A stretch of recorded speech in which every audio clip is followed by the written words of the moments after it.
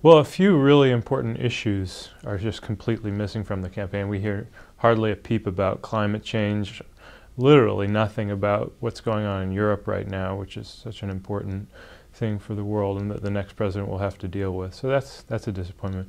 The bigger thing is that we seem, both candidates extol the value of compromise and needing to make sacrifices in the abstract, but they never tell that their core supporters that they themselves will need to give anything up. So for Romney, this is, magical sort of base broadening in tax code will somehow allow us to balance the budget and have tax rate cuts for everyone. For Obama, it's that if we just ask the rich to do a little bit more, that's going to sort of solve all our problems. But because of the pressures facing America, we're really all going to have to give something up to make things work in the coming years. And it's disappointing that neither candidate is willing to say that.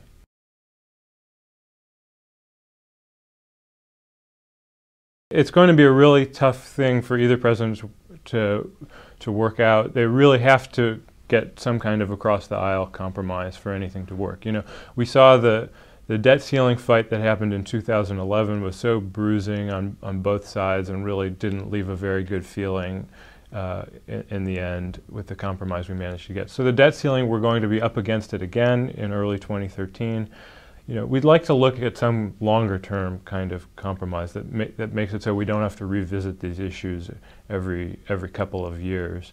So I'd advise both candidates to really be willing to give up some of the things that seem important to their side in order to, for the good of the country, set things on a more stable path over the medium and long term. It is somewhat more likely if Obama wins that he'll take us over the fiscal cliff and then try to sort of climb back, because at that point he'll be able to honestly say that he's being a tax cutter relative to what the law currently requires.